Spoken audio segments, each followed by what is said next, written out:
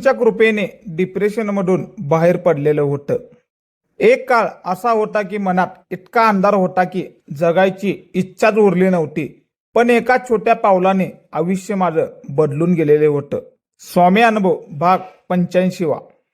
काही दिवसापूर्वी माझ्या जीवनात खूप मोठा मानसिक त्रास होता।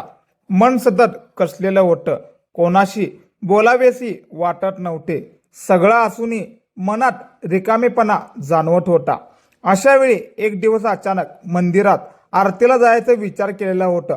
सुरुवातीला फक्त तिथे शांत बसायला जायचो।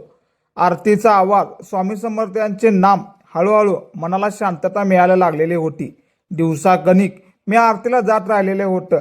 मनातील भीती आणि ताण कमी होत गेलेला होता। काही दिवसांनी लक्षात आलं, जे मन कालपर्यंत पूर्णपणे खचलेलं होतं ते आता हळूहळू मजबूत होत आहे। स्वामींच्या कृपेने आज मी त्या नैराश्यातून बाहेर आलो आहे। आता फक्त आरती नाही तर रोज श्री स्वामी समर्थ यांचं नामजपही करतो, पारायणही चालू आहे। आता माझं मन शांत झालेलं आहे आणि जीवनात पुन्हा आशेचा एक प्रकाश दिसते। मला एकच जाणवलं, स्वामींचं स्मरण मनाला नवजीवन देते, जसे की आम्हाला। मित्रांनो, शेवटी जाता जाता एकच सांगतो, स्वामींचं नाव घ्या, मनाला शांती मिळेल।